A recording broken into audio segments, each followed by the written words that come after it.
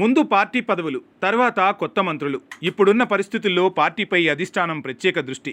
కేరళ గెలిచిన ఊపును కొనసాగించాలంటే రోహిన్ రెడ్డి లాంటి నాయకులతో కొత్త కమిటీ ఏర్పాటు కావాలి.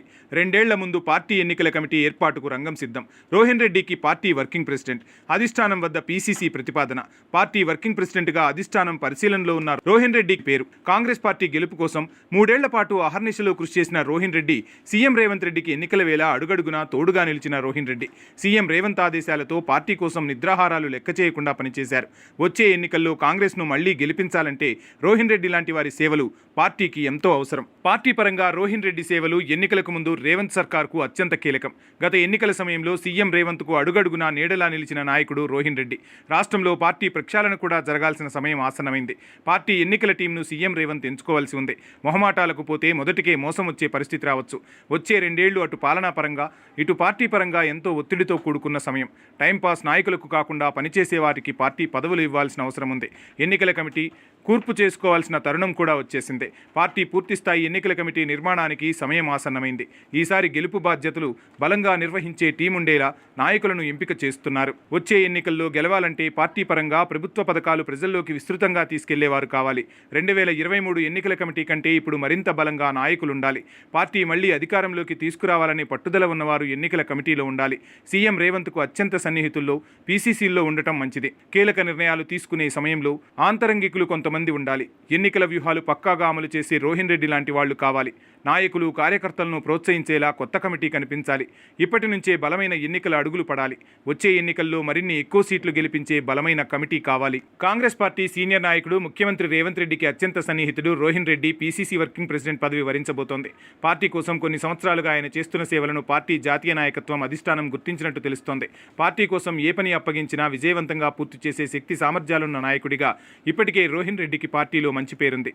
గత ఎన్నికల సమయంలో ఆయన పడిన శ్రమ పార్టీలోని నాయకులకు అధిష్టాన పెద్దలకు కూడా తెలిసిందే.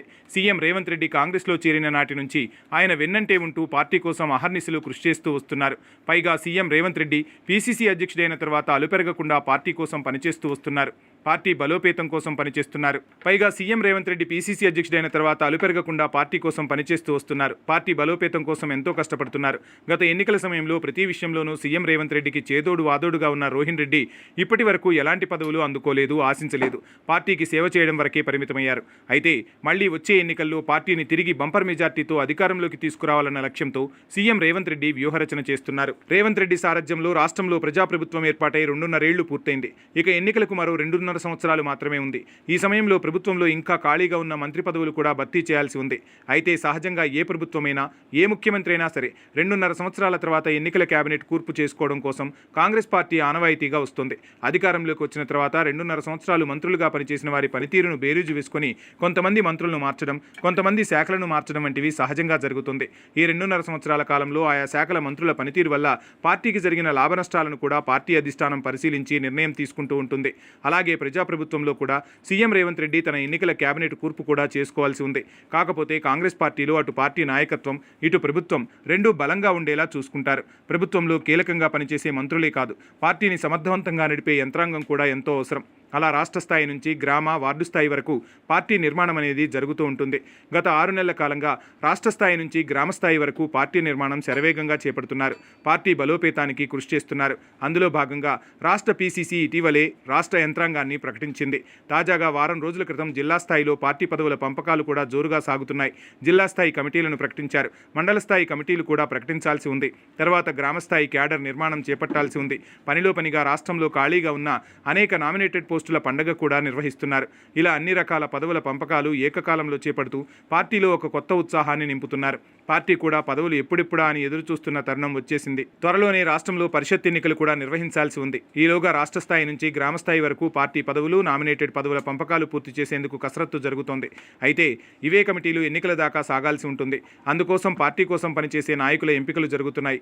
ఎక్కడా ఎలాంటి అసంతృప్తులు ఎదురుకాకుండా నాయకులు, కార్యకర్తలు సమావేశాలు ఏర్పాటు చేసి మరీ పదవుల పంపకాలు చేపడుతున్నారు. కార్యకర్తల అభిష్టం మేరకు పార్టీ నాయకులను గుర్తిస్తున్నారు. వారికి పదవులు అందిస్తున్నారు. గతం కన్నా భిన్నంగా ఈసారి అలా పదవుల పంపకాలు చేపడుతూ ఒక కొత్త ఒరవడికి శ్రీకారం చుడుతున్నారు. వినూత్నమైన రీతిలో సాగుతున్న ఈ పదవుల పంపకాలు పార్టీ నాయకుల్లో ఎంతో ఉత్సాహాన్ని నింపుతున్నాయి. పార్టీ కోసం పనిచేసిన నాయకులు పదవులు అందడంలో నాయకుల్లో ఆనందాలు వెల్లివిరుస్తున్నాయి. 10 ఏళ్ల పాటు పార్టీని పట్టుకుని ఉన్న వాళ్ళు పార్టీ కోసం త్యాగాలు చేసిన వారిని ప్రత్యేకంగా గుర్తిస్తున్నారు. పైగా కొన్ని జిల్లాల్లో పార్టీలోకి వచ్చిన కొత్త నాయకులను కూడా గుర్తిస్తున్నారు. కాకపోతే పార్టీ కోసం గత 10 ఏళ్ల కాలంగా పనిచేస్తున్న వారికి ఎక్కువ ప్రాధాన్యతనిస్తున్నారు. గత ఎన్నికల్లో పార్టీ గెలుపు కోసం కృషి చేసిన వారికి తగిన గౌరవం కల్పిస్తున్నారు.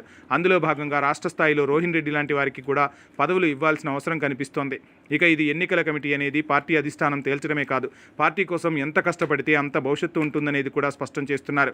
ముఖ్యంగా రోహిన్ రెడ్డి విషయానికి వస్తే ఆయన గత ఎన్నికలకు ముందు ఎన్నికల సమయంలో కష్టపడిన తీరు అందరికీ తెలిసిందే.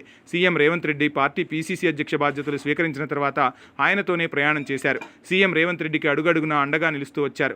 రాజకీయ నిర్ణయాలు అమలు చేస్తూ వచ్చారు. రేవంత్ రెడ్డి ఆదేశాలను తూచా తప్పకుండా పాటిస్తూ అనేక కార్యక్రమాలను విజయవంతం చేశారు. 3 ఏళ్ల పాటు సీఎం రేవంత్ రెడ్డి సాగించిన పోరాటంలో రోహిన్ రెడ్డి తోడుగా నిలిచారు. సీఎం రేవంత్ రెడ్డి ఆదేశాలతో పార్టీ కోసం నిద్రాహారాలు మానుకొని పనిచేశారు. పైగా వచ్చే ఎన్నికల్లో మళ్లీ పార్టీ విజయదుందుబి మోగించాలంటే రోహిన్ రెడ్డి లాంటి వారి సేవలను మరింత విస్తృతంగా వినియోగించుకోవాల్సి ఉంది.